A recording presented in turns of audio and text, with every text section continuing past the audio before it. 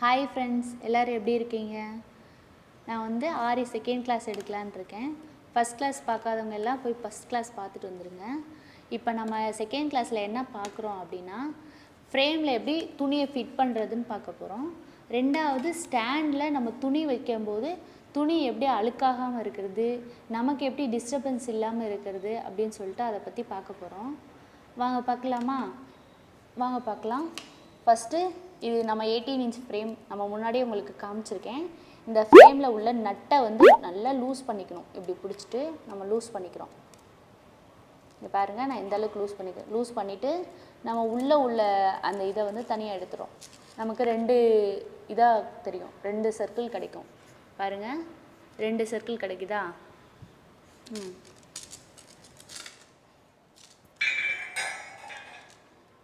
இந்த 2 சர்க்கிளில் இந்த நட்டு உள்ள சர்க்கிளை வந்து ஓரமாக வச்சுட்டு இந்த சர்க்கிளில் நம்ம கிளாத்தை போட போகிறோம். பாருங்கள், கிளாத்து நான் பிளாக் கலர் கிளாத் எடுத்திருக்கேன்.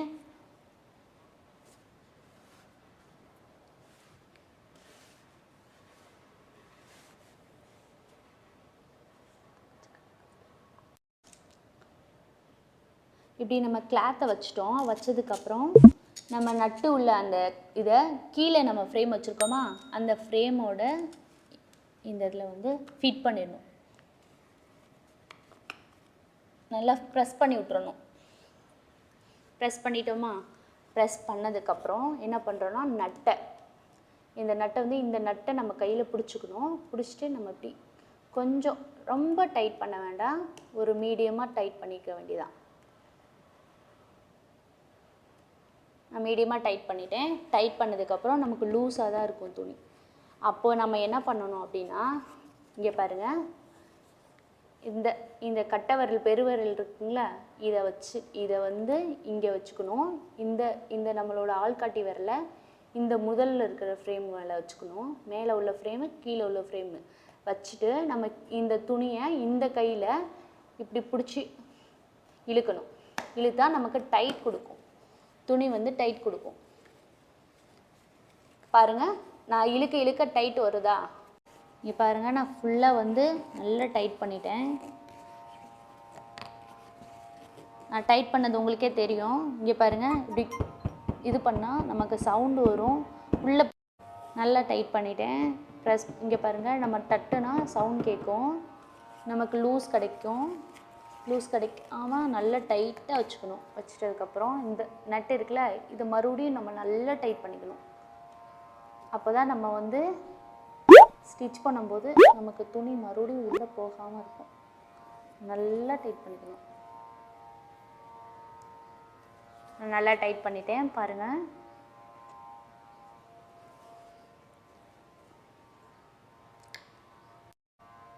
இப்போ ஃப்ரேமை நம்ம ஸ்டாண்டில் எப்படி வைக்கிறதுன்னு பார்க்கலாம். இந்த துணியில் இருக்கலாம் எல்லா துணியும் எல்லாத்தையும் இது உள்ளே விட்டுறணும். இது உள்ளே விட்டு எல்லாத்தையும் செட் பண்ணிவிட்டு இங்கே பாருங்கள், இதில் வந்து நமக்கு நட்டு இருக்கும். அந்த நட்டெல்லாம் நான் எடுத்துக்கல, உங்களுக்கு வேணும்னா வச்சுக்கோங்க. இந்த நட்டை எடுத்துகிட்டு ரெண்டையும் இப்படி அகழிச்சு விட்டிங்கன்னா போயிட்டு ஃப்ரேம் வந்து அதில் ஃபிட் ஆகிடும். ஃபிட் ஆகிடுச்சா? ஃபிட் ஆனதுக்கப்புறம் நமக்கு வந்து துணி பாருங்கள், இது இப்படி கீழே தொங்கிட்டு இருக்கும்போது நமக்கு வந்து நிறைய நம்ம ஒர்க் பண்ணும்போது நமக்கு அழுக்காகும் துணி. சில வந்து என்ன பண்ணுன்னா நமக்கு வந்து டிஸ்டர்பன்ஸாக இப்போ உள்ளே கொடுத்து நம்ம எடுக்கும்போது டிஸ்டர்பன்ஸாக இருக்கும். அதனால நம்ம என்ன பண்ண போகிறோன்னா, நம்ம லேஸ் ஹவுஸில் வந்து இந்த மாதிரி கிடைக்கும் நமக்கு, இந்த மாதிரி பின்னு. இந்த பின்னை வச்சுட்டு நம்ம என்ன பண்ண போகிறோன்னா, இதை வந்து எப்படி நம்ம இது பண்ண போகிறோம்னு பார்க்க போகிறோம். பாருங்கள், இங்கே இந்த இடத்த இப்படி பெண்ட் பண்ணிவிட்டு இப்படி சுருட்டிக்கிட்டேவும் நம்ம சுருட்டி இந்த இடத்துல போயிட்டு இதில் பின் எடுத்து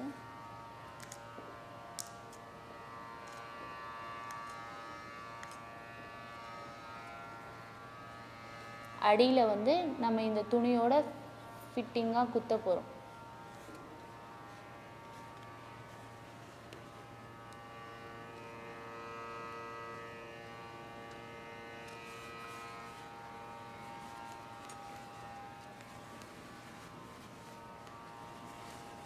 இந்த பக்கம் வச்சு குத்தணும்.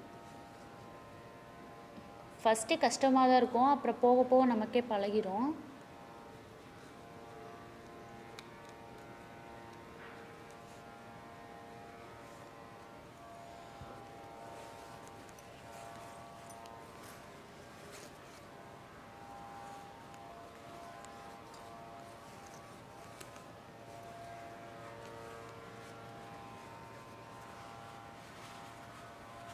இப்படி கொடுத்து இந்த இதை எடுத்து இங்கே வச்சு பின் பண்ணிடலாம். இந்த நம்ம சுருட்டி இருக்கோம்ல இதில் பின் பண்ணிடலாம்.